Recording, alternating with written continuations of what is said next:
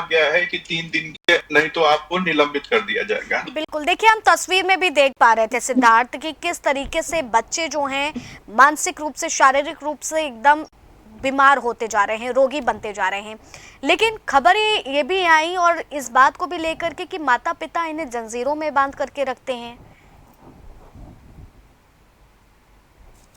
इसके पीछे की वजह क्या है? क्यों, मतलब क्या स्थिति इतनी बद से बदतर है कि बच्चों को इस तरह से बांध के रखना पड़ रहा है? मैं एक उदाहरण आपको बताऊं। एक परिवार है जिनके घर में 2 बच्चियां जो हैं विकलांग है, और ये बच्चियां जुड़वा नहीं है, 2 साल की अंतर पर पैदा हुई है, लेकिन विकलांग हो गई। इनके इलाज पर उस परिवार ने कर्जा लेकर इधर उधर से 12 से 13 लाख रुपया खर्च कर दिया, लेकिन कोई आराम नहीं हुआ। ऐसे में जो इन बच्चियों के पिता है वो एक तरह से मिस्त्री का काम करते हैं, घर वर शटरिंग करने का। तो वो अपना गांव, अपना घर, अपना प्रदेश छोड़कर गुजरात चले गए और वहां पर रहकर काम करते हैं ताकि वहां पर पैसा ज्यादा मिलता है। और इन बच्चियों के पिता जो हैं वो समझिए अपना 30 त्योहार पे भी घर नहीं आते कि टिकट में पैसा लग जाएगा, उसको बचा लेते हैं, घर भेज देंगे तो बच्चियों का इलाज होगा। और यहाँ गाजीपुर गांव में उनकी माँ अकेले पूरे घर को संभाल रही है, बच्चों को संभाल रही है। तो जब कोई काम घर का करना होता है तो बहुत मजबूरी में, बड़ा दिल रखते हुए और दिल पर पत्थर रखते हुए उस माँ को अपने बच्चियों को पतली रस्सी में कपड़े की बांध करके तब घर का काम निपटाना होता है, क्योंकि बच्चों की दिमागी हालत ठीक नहीं। वो सड़क पर भाग जाती है, छत पर से कूदने लगती है, कुछ भी कर सकती है। मतलब खुद को भी नुकसान ये बच्चे पहुंचाने लगते हैं। हाँ, ऐसे कुछ बच्चे हैं जिनकी दिमागी स्थिति खराब है, और ये एकाएक नहीं खराब हुई, धीरे धीरे करके खराब होती जा रही है और हो रही है। तो मतलब बच्चों को बुखार आता है और बुखार जैसे जैसे उतरता है और उनके शरीर में फिर इस तरह के सिम्पटम्स दिखने लग जाते हैं। हाँ, कुछ बच्चे ऐसे हैं जो जन्म से विकलांग हुए, कुछ बच्चे ऐसे हैं जो कुछ महीने बाद, कोई तो 10 साल की उम्र के बाद भी हुआ। एक घर है जिस घर में 3 बच्चे विकलांग हैं, मतलब 2 सगे भाई विकलांग हैं और भतीजा भी विकलांग हो गया। तो ये जो बड़े भाई हैं दोनों, वो 10 और 12 साल के बाद विकलांग हुए। तो मतलब ये छोटे बच्चों के ही उम्र में ये सारी चीजें दिख रही है, या फिर वहाँ जो बड़े लोग हैं उनमें भी इस तरीके की समस्याएं हैं? जैसे मैंने बताया कि ये अभी हाल फिलहाल का चीज नहीं है, ये तो मेरी नजर में अब आया। बिल्कुल। पर ये लोग जो विकलांग हो रहे हैं ये कई साल पहले से होते आ रहे हैं। तो उसमें ऐसे भी लोग हैं जो 18 साल की उम्र को क्रॉस कर गए हैं, 25 साल के भी हैं, कोई 3 महीने का भी है, 14 महीने का भी है। मतलब हर तरह की उम्र के लोग हैं, हर एक उम्र के लोग हैं। ठीक है, हमारे साथ में इकरार खान लगातार जुड़े हुए हैं। इकरार, देखिए आपसे समझना चाहेंगे, जिस तरह से सिद्धार्थ ये साफ साफ बताते हुए नजर आ रहे हैं कि उनकी नजर में ये मामला तो अभी साल भर पहले आया है, जब उसके बाद से इन्होंने तमाम तरीके से लोगों को इकट्ठा करना शुरू किया, इस पर बात करनी शुरू करी, उसके बाद ये मामला उजागर हुआ।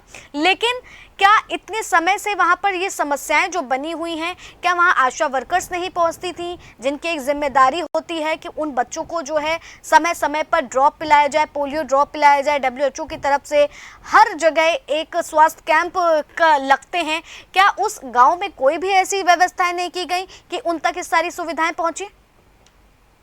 जी, मैं बता देना चाहता हूं कि गांव में, हर ग्राम सभा में ऐसी व्यवस्थाएं चलती हैं सरकार के द्वारा कि जो पोलियो से लेके संबंधित, लेकिन जो ग्रामीण एरिया में जो गरीब लोग के बच्चे हैं उन्हीं को पे ज्यादा से ज्यादा जो बीमारी है वो फर्क डाल रही है। मैं और एक चीज बताता चलूं कि मैं वहां बता दूं कि वहां की जो पानी के जो है वो पानी का टेस्ट भी थोड़ा सा नमकीन जैसे है। मैं बता दूं वहां के लोग मुझको बताए कि जो पानी का है, पानी की जो पीने का जो जैसे जो छोटा हैंड पाइप जैसे रहती थी, वो हैंड पाइपों की कंडीशन ये है कि अब उससे पानी आता नहीं, अगर पानी आता है तो खारा पानी आता है। कहीं ना कहीं सरकार की एक योजना है नल जल घर योजना, उसको भी अभी तक उस ग्रामीण एरियो में उस सरकार की योजना नहीं पहुंच पाई। दूसरी बात कि वही जो कुछ दूरी पे एक चावल की कंपनी है, उस कंपनी, वहां के लोगों का कहना है कि कहने का मतलब ये भी था कि जो कंपनी उसके से जो राख निकलता है वो भी कहीं ना कहीं इफेक्ट डालता है। तो कहीं ना कहीं इसकी तमाम मुद्दाएं हैं, तमाम बातें हैं, और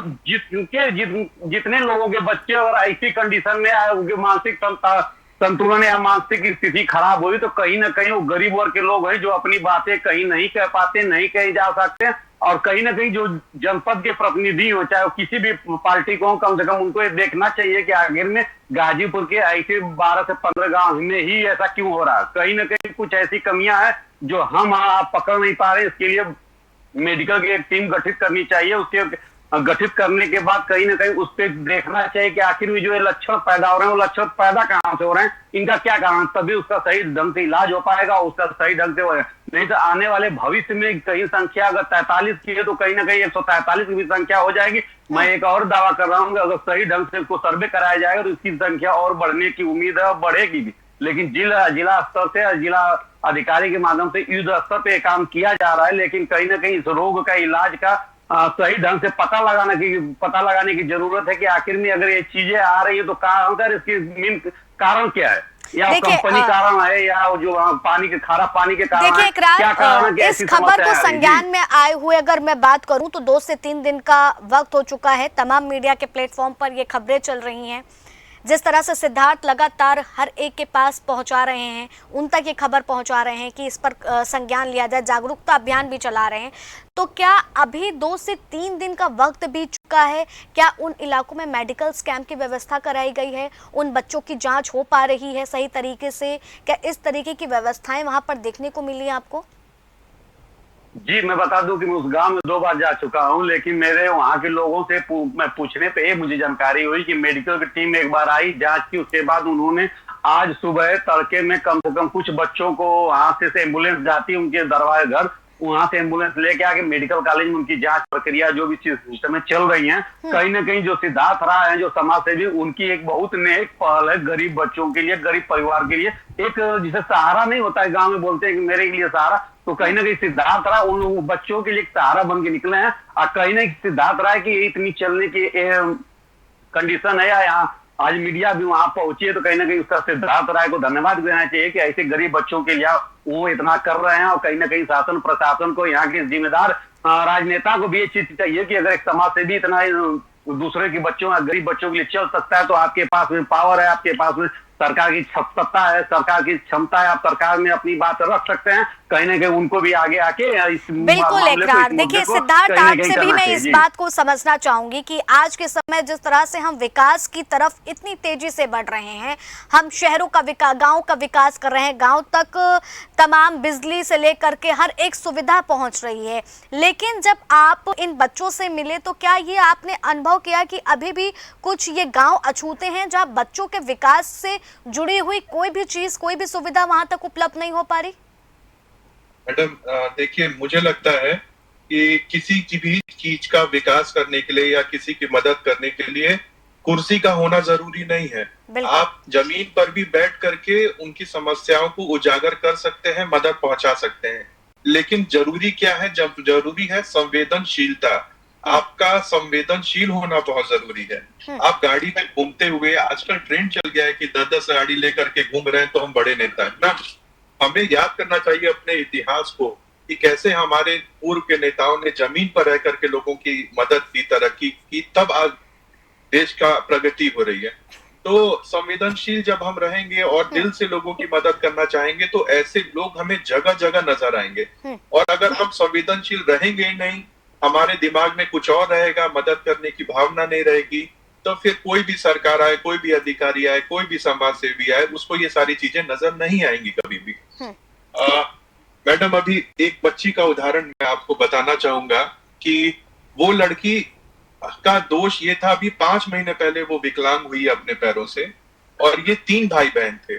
तो एक बच्ची को उसकी नानी ने अपने घर पर रख लिया, मतलब यहाँ गाजीपुर में, और उसका जन्म भी यहीं पर हुआ, उसका एडमिशन भी यहाँ सरकारी स्कूल में हुआ, और उसके 2 सगे भाई गुजरात जा करके रहते थे अपने पापा के पास, मम्मी के साथ। वो दोनों भाई सुरक्षित हैं, उनको वायरस नहीं पकड़ा, ये जो भी वायरस है जिससे ये लोग विकलांग हो रहे हैं। लेकिन वो बच्ची जो गाजीपुर में रह गई, और उसका दुर्भाग्य कि इन 11 गांवों में से एक गांव में रह गई, उसको वायरस ने पकड़ लिया। और ये लेटेस्ट एग्जांपल अभी 5 महीने पहले का, उस बच्ची की उम्र 8 वर्ष है और वो बहुत पीड़ा में है, बहुत दर्द में है। उसका स्कूल बिल्कुल। भी छूट गया। सिद्धार्थ और देखिए, परिवार भी मैं आपसे कमजोर समझना है। चाहूंगी, जिस तरह से आपने बताया कि ये जो वायरस है, ये सारी चीजें जो हैं जो बच्चों को जकड़ रही हैं, इसमें देखिए सबसे बड़ी बात ये है कि जरूर आपका संपर्क डॉक्टर से भी हुआ होगा उन बच्चों के सिलसिले में जब आपने चर्चा की होगी, तो डॉक्टर्स क्या ये पता लगा पा रहे हैं ये क्यों हो जा रहा है? क्या ऐसे सिम्टम्स हैं? क्या वहाँ की हवा में दिक्कत है, क्या वहाँ के पानी में दिक्कत है, या वहाँ होने वाला अनाज उसमें कोई दिक्कत है, वहाँ की मिट्टी में प्रॉब्लम है? आखिर वजह क्या निकल रही है? कुछ ऐसी चीजें डॉक्टर अपनी जानकारी में ला पाए हैं जिन बच्चों का इलाज हो रहा है? मैडम, ये इतनी गंभीर समस्या है कि तत्काल रूप से इस पर कोई जांच की रिपोर्ट भी आ नहीं सकती। तो लोगों को बुला करके उनका सैंपल लिया जा रहा है और जांच करी जा रही है। तो इसमें मुझे लगता है एक आध हफ्ते का समय और आएगा, हमें रुकना चाहिए, तब हमें सही रूप से अंदाजा लगेगा कि एक्चुअल कारण क्या है। और ये एक सिर्फ यही एक ऐसा आंदोलन नहीं था जिसको मैंने शुरू करा। इसके साल भर पहले मैंने ऐसे 3 गांव की बात करी थी जिसका पानी इतना गंदा था कि आप एक प्यासी गाय भैंस के सामने भी उस गांव का पानी अगर बाल्टी में रख देंगे वो भी उसको सूंघ करके छोड़ देती है, उसको पीती नहीं थी। और इंसान वहां के रहने वाले जो गरीब आदमी है वो दूसरे गांव में जा करके रोज सुबह शाम बाल्टी में, डब्बे में, साइकिल पे लाद कर, ठेले पे लाद करके पानी अपने गांव में लाते थे और उसको पशुओं को और अपने पीने को, इवन नहाने के लिए भी दूसरे गांव का पानी का इस्तेमाल करते थे, क्योंकि साबुन लगाते समय गाज नहीं बनता था उस गांव के पानी से नहाने का। तो फिर मैंने इसके लिए भी आंदोलन करा और उसके बाद गाजीपुर जिले का पहला गांव वो बना जहां हर घर जल नल योजना के अंतर्गत पानी पहुंचा। तो इन सभी गांव का पानी भी खारा है, लेकिन जो लोग यहाँ पर आ रहे हैं, जो डॉक्टर्स आ रहे हैं, उनका कहना है कि सिर्फ पानी ही कारण नहीं हो सकता है। अब ये जांच होगी तब इस विषय पर अधिक हम लोग बता पाएंगे कारण क्या है। बिल्कुल, ये जाहिर सी बात है और ये बहुत ही गंभीर मामला है और चिंता का विषय है, क्योंकि भविष्य का कल आज इस तरह से